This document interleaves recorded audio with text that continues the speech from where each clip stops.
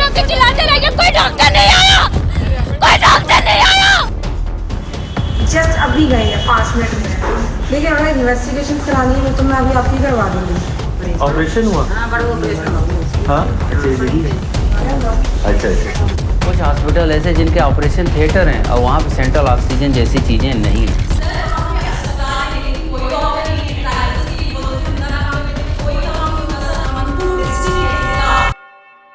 क्या आपने कभी सोचा है कि आपके घर में एक मेडिकल इमरजेंसी आ जाए तो आप कितने दिन तक सर्वाइव कर पाएंगे बिना अपने बैंक बैलेंस को बार बार चेक किए? कितने दिन तक आप इधर उधर के लोन उठाए बिना उस मेडिकल इमरजेंसी को सर्वाइव कर पाएंगे? जी हाँ, कुछ ऐसा आलम हो चुका है हमारे देश के प्राइवेट हेल्थ केयर में। हमारे देश के प्राइवेट हॉस्पिटलों की फीस वो बेलगाम घोड़ा हो चुकी है जो ना इंडियन मिडिल क्लास के हाथ आ रही है ना सरकार के। और हमारे देश के हेल्थ केयर का मतलब हो चुका है कि या तो आप बाल्टियाँ भर के ट्रक भर के उनके ऊपर पैसा फेंको या फिर सिस्टम के भरोसे मर जाओ। तो दोस्तों, मैं हूं अश्वनी और आज हम बात करने वाले हैं ऐसे टॉपिक के ऊपर कि कैसे प्राइवेट हेल्थ केयर इंडिया में ऑलमोस्ट अनअफोर्डेबल हो चुका है। और ये एक ऐसी कहानी है जो सिर्फ डेटा नहीं है, जो दर्द से भरी हुई है। क्योंकि हेल्थ केयर बहुत इंपॉर्टेंट होता है। इमरजेंसी के टाइम में डॉक्टर ही भगवान होता है, लेकिन अगर वही डॉक्टर आप अफोर्ड ना कर पाओ तो आपको बचाने के लिए ना इंसान बचते हैं ना भगवान। दोस्तों, जब भी कोई इमरजेंसी आती है, चाहे सड़क पे एक्सीडेंट या फिर कोई भी ट्रॉमा केस जहाँ आपको ICU की जरूरत पड़ती है, तो वहाँ आप कोशिश करते हैं कि आपके प्रियजनों को, आपके परिवार वालों को अच्छे से अच्छे मेडिकल इक्विपमेंट्स वाला हॉस्पिटल मिले,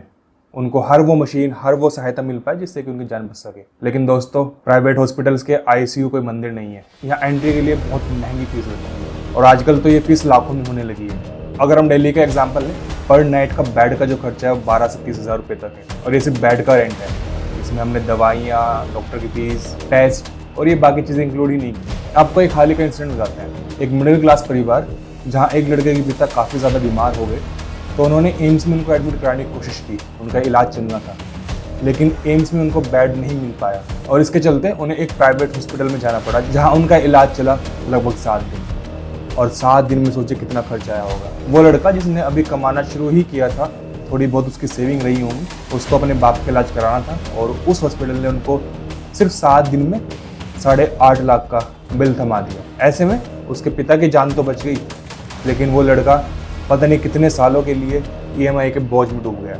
उसको बहुत सारे लोन लेने पड़े, पर्सनल लोन और ना जाने क्या क्या लोन्स। अब ऐसे में कुछ लोग आर्ग्यू करेंगे कि आखिरकार प्राइवेट की तरफ जाना ही क्यों है।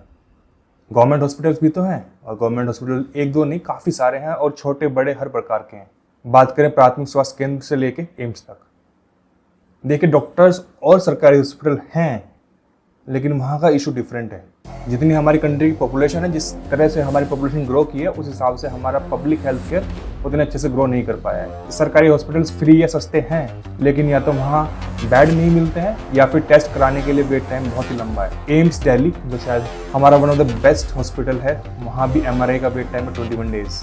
कीमियोथेरेपी के अगर स्लॉट्स आप देखने जाएंगे तो कम से कम 4 हफ्ते पहले बुक हो जाते हैं। और छोटे मोटे टेस्ट तो छोड़ दीजिए, उनका वेट टाइम तो इतना लंबा है। आपको एक और एग्जांपल बताता हूँ। I went to a government hospital जो कि काफ़ी अच्छा था। It's a very decent hospital, कोई नॉर्मल हॉस्पिटल नहीं, कोई कस्बे या ज़िले वाला अस्पताल भी नहीं, काफ़ी अच्छा बड़ा हॉस्पिटल। तो वहाँ हम लोगों को कराना था एक अल्ट्रासाउंड, और ये बात है मई के महीने की। मई के महीने में डॉक्टर ने हमें अल्ट्रासाउंड रिकमेंड किया, तो हम वहाँ टेस्ट कराने के लिए गए। तो हम लोगों को मिला है वेट पीरियड। और क्या आप जानते हैं मई के महीने में उन्होंने हमें कब की डेट दी है? मई के महीने में उन्होंने हमें डेट दी सितंबर के लिए, कि आपको भले दर्द आज हो रहा है, भले आपकी किडनी में स्टोन आज है, लेकिन आपको डेट मिलेगी 5 महीने बाद। तब तक या तो आप दर्द से मरते रहिए या फिर आप प्राइवेट हॉस्पिटल जाइए और अपनी थोड़ी बहुत जो सेविंग है उसको ख़त्म करिए और यहाँ वहाँ जहाँ कहाँ से भी हो सके लोन लेके इलाज करें। दोस्तों, गवर्नमेंट सेक्टर में डॉक्टर्स तो हैं, पर वो या तो अंडरपेड है या फिर ओवरवर्कड है। इंफ्रास्ट्रक्चर है लेकिन आउटडेटेड। और इसका रिजल्ट क्या होता है? इसका रिजल्ट होता है कि या तो लोगों को प्राइवेट हॉस्पिटल की तरफ भागना पड़ता है या फिर यूट्यूब या ChatGPT से कुछ देसी और सस्ते नुस्खे लेने पड़ते हैं। और फिर से कुछ स्टैट की बात करते हैं। इंडिया हैज़ 1 गवर्नमेंट हॉस्पिटल पर 10,189 पर्सन, यानी कि हर 10,000 या उससे ज़्यादा लोगों के लिए हमारे पास सिर्फ एक गवर्नमेंट हॉस्पिटल है। यानी कि जितने लोगों को 10 हॉस्पिटल चाहिए, उतने लोगों को हम सिर्फ एक हॉस्पिटल दे पा रहे हैं। और इसके चलते जो रिजल्ट हमारे सामने आते हैं, जो खबरें हमारे सामने आती हैं, वो बहुत ही दर्दनाक होती हैं। We all are fighting a war and we are all a part of it. The world around us is filled with grief. News of lack of oxygen, lack of beds, lack of medications, lack of proper place to give a good funeral to your loved ones. It's tragic. आपको बिहार की बात बताते हैं। उनको baby deliver करना था लेकिन कहीं भी उनको बेड नहीं मिला, बेबी को फ्लोर पे ही जन्म देना पड़ा बिना किसी मेडिकल फैसिलिटी के। अब ऐसे में अमेरिका की तर्ज पे काफ़ी लोग बोलते हैं कि क्यों ना हेल्थ इंश्योरेंस ले लिया जाए। It is a very good solution, और जब आपको बड़ी मेडिकल इमरजेंसी आएगी तो ऐसे टाइम पे आपको कवर करेगा। कुछ इन्हीं सपनों के साथ हेल्थ इंश्योरेंस स्कीम आई, इंडिया में आई, पॉपुलर हुई, लोगों ने खरीदा और ये मिडिल क्लास का सेवियर बन के आई थी। लेकिन there is a catch, there is always a catch. आपके पास हेल्थ इंश्योरेंस तो होता है, लेकिन जब आप क्लेम करने जाते हो तो लगता है कि इंश्योरेंस का क्लेम फाइल नहीं किया, कोई कोर्ट केस कर दिया है, जहाँ कंडीशन पे कंडीशन चलती रहती है। क्लेम रिजेक्ट हो जाते हैं, क्यों? बोल देते हैं कि आपकी कोई प्री एग्जिस्टिंग कंडीशन थी, या फिर आपकी ये वाली पर्टिकुलर बीमारी तो कवर्ड ही नहीं है, या फिर रूम का रेंट लिमिट से एक्सीड हो गया है, या फिर पार्शियली पे किया जाता है। IRDAI की बात माने तो लास्ट फाइनेंशियल ईयर में लगभग 26% claims for health insurance were rejected, या तो फुली या पार्शियली। मतलब आप 10 साल तक प्रीमियम भरते हो, लगातार प्रीमियम भरते जाते हो, लेकिन जिस दिन आपको ज़रूरत पड़ती है उस हेल्थ इंश्योरेंस की, उस मेडिकल इमरजेंसी के टाइम पे, तो उस टाइम पे आपको बोल दिया जाता है sorry sir, terms and condition apply. आप अपना खुद देख लीजिए। आपको गुड़गांव का एक और एग्जाम्पल बताते हैं। वहाँ एक फैमिली ने इंश्योरेंस कंपनी के ऊपर केस फाइल किया है। उन्होंने 10 लाख का कवरेज होते हुए भी, 8 लाख का मेडिकल बिल होते हुए भी सिर्फ 2 लाख दिए। ये पूरे सिनेरियो में पिस कौन रहा है? जी हाँ, जो हमेशा पिसता है, द मिडिल क्लास। क्योंकि अमीरों के पास तो पैसा है, वो पैसे दे के प्रीमियम हॉस्पिटल में चले जाते हैं, वहाँ अपने इलाज करा लेते हैं। और जो गरीब है उनके पास है आयुष्मान भारत कार्ड। लेकिन मिडिल क्लास ना एलिजिबिलिटी में आता है ना अफोर्डेबिलिटी। मिडिल क्लास खाली देने के लिए बना है, लेने के लिए नहीं। उनको कुछ नहीं मिलता है, वो दोनों साइड से खाली पिसते रहते हैं, वो खाली बीच में स्क्वीज हो रहे हैं। हालांकि आयुष्मान भारत कार्ड भी सिर्फ 5 लाख तक का कवर देता है, वो भी उन लोगों के लिए जिनके पास एलिजिबल राशन कार्ड या फिर BPL कार्ड है। But as we mention, middle class के पास तो वो भी नहीं होता है। मिडिल क्लास के पास होता क्या है? बच्चों की फीस, EMI, घर का रेंट, ग्रोसरीज की लिस्ट, ये सब तो ऑलरेडी चल ही रहा होता है। फिर मिल जाते हैं एक और मेडिकल इमरजेंसी और सब बर्बाद हो जाते हैं। और ये सिर्फ पैसा नहीं, ये मेंटल ब्रेकडाउन का भी रीज़न बनता है। 2024 में एक सर्वे हुआ था। उस सर्वे में सामने आया कि जो मिडिल क्लास है उसमें हर 5 में से 2 लोग ऐसे हैं जो अपने मेडिकल ट्रीटमेंट को या तो डिले कर देते हैं या पूरी तरह ही स्किप कर देते हैं। एंड द रीज़न बीइंग कि वो अफोर्ड नहीं कर पाते हैं या अफोर्ड नहीं कर सकते हैं। पर बड़ा सवाल आता है कि हॉस्पिटल इतने महंगे क्यों हो गए हैं? अब से 15-20 साल पहले तो ऐसा नहीं था, इतने तो अफोर्डेबल नहीं हुआ करते थे। तो आखिरकार ये अचानक से इतने महंगे क्यों हो गए? चलिए आज इस सवाल का जवाब ढूंढने की कोशिश करते हैं। सबसे पहली बात तो हॉस्पिटल चलाना आज के टाइम पे बहुत महंगा हो गया। अब ये कोई नेसेसरी सर्विस नहीं बची है। Hospitals have become a proper business model. Private hospitals की चेन्स हैं और वो चेन IPO पे जा रही हैं। ये हॉस्पिटल चेन इन्वेस्टर से पैसा उठा रही है।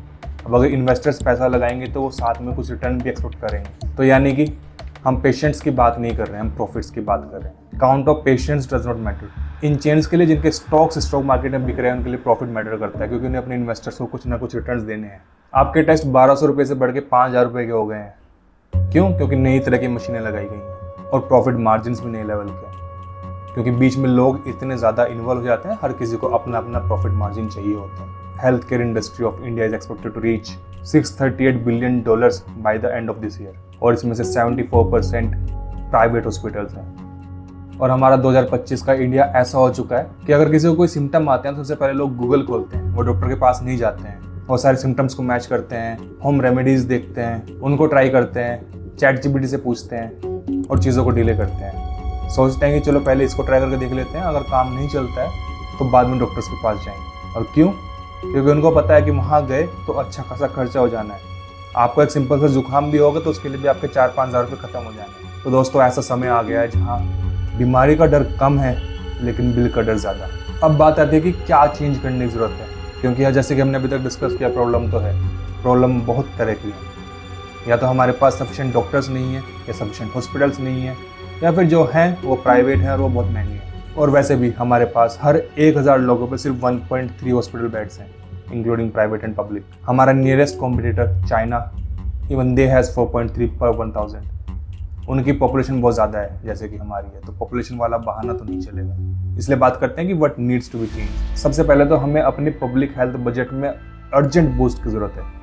करंटली हम अपनी GDP का सिर्फ 2.1% इसके ऊपर खर्च करते हैं, लेकिन हमें इस सेक्टर में बहुत ज़्यादा बूस्ट करने की ज़रूरत है, क्योंकि इससे देश का आम आदमी इम्पैक्ट हो रहा है। दूसरा, हमें प्राइवेट हॉस्पिटल्स की रेट को स्टैंडर्डाइज करने की ज़रूरत है। अगर हम टेलीकॉम को कर सकते हैं तो हमें हॉस्पिटल्स को भी करना चाहिए। हमें चाहिए कि इंश्योरेंस क्लेम के लिए स्ट्रॉन्गर कंज्यूमर प्रोटेक्शन लॉज आने चाहिए।